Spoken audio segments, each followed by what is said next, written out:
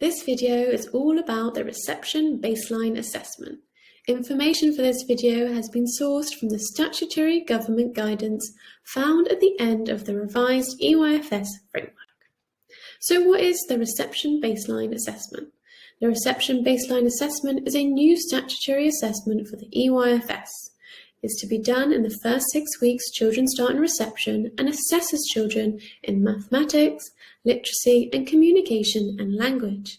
The assessment will be statutory from autumn 2021. This video will explain why it is being introduced, its purpose and how it should be carried out. So why is the RBA being introduced? A key measure of primary schools is taken from the progress pupils make from the end of Key Stage 1, or Year 2, and the end of Key Stage 2, Year 6. The government guidance says that these assessments do not reflect the important work done between reception and Year 2, and the new RBA aims to change this. So what is the point? The purpose of the RBA is to provide a starting point for year-level progress. The data collected will be compared to Key Stage 2 data 7 years later to provide a progress measure for schools. It is not to be used to make judgments about early years provision. What happens to the data? The data from the RBA should not be used for anything other than the progress measure. It will be confidential and in the National Pupil Database. It won't be shared with others, including schools, teachers, pupils or parents, and the carers, and the score will stay with pupils even if they move schools. What about the results? Scores will not be published or shared. Teachers will receive short statements telling them how the child performed on the day. There is no expected result, and children cannot pass or fail. How will it be carried out? Schools have 6 weeks to carry out the assessment. This applies to children no matter when they join the school in the academic year, and it can be done at any time during the 6 weeks. It should be carried out using the statutory guidance found at the end of the revised EYFS framework. It can be carried out by a teacher, teaching assistant, early years practitioner, or any other trained education professional who should be familiar with the child taking the assessment. The assessment does not have to be done all at once, and practitioners may pause any time they feel appropriate. The assessment is intended to be short and most take less than 20 minutes to complete it. It is designed to be interactive and practical and covers early mathematics, language, communication and literacy. Children will use practical resources to complete tasks, and practitioners will record the results digitally using a laptop, computer or tablet. The assessment materials must remain confidential and should not be used for any other reason besides delivering the assessment. The assessment has been designed to be inclusive and accessible so that pupils with SAND and EAL can take part.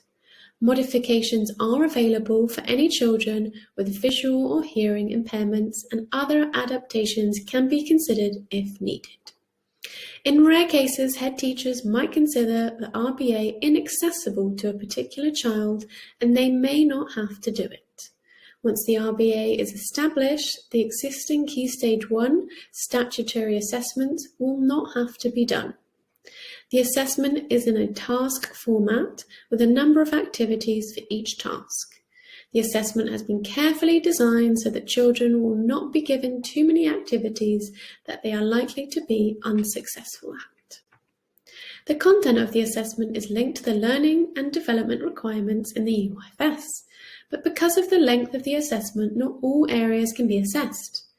The assessment will include maths tasks on early number, early calculations such as early addition and subtraction, mathematical language, early understanding of pattern, and literacy and communication and language tasks on early vocabulary, phonological awareness, early comprehension, as well as some cognitive processes like memory or attention will be part of the tasks.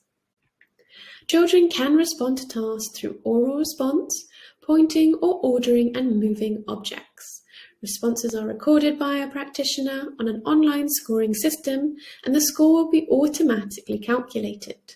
At the end of the assessment, a single score out of 39 will be recorded. The assessment will not be exactly the same for all children because of the routing rules, as the assessment aims to match the different attainment of each pupil. The assessment was developed based on research, and you can find out more in NEFA's publication, which you can see above and has been linked below. Responsibilities for SLT, LAs, Ofcall and Ofsted. Head teachers must sign a head teacher declaration form once every academic year and ensure the RBA is being delivered in accordance with the guidance document. The local authority, or LA, does not need to monitor the assessment or data collection unless as a result of maladministration. Ofcall will monitor the development and maintenance of the RBA. The RBA should not form part of an Ofsted inspection, and they will not have routine access to the data. They will have access to the school's progress once the measure is released at the end of Key Stage 2. If you would like to read more about the Reception Baseline Assessment, the RBA, the statutory guidance can be found in Annex B at the end of the revised EYFS Framework Guidance. If you found this video useful, feel free to like and subscribe to help others know. Leaders Digest has a handy guidance document on site if you would like something to refer back to.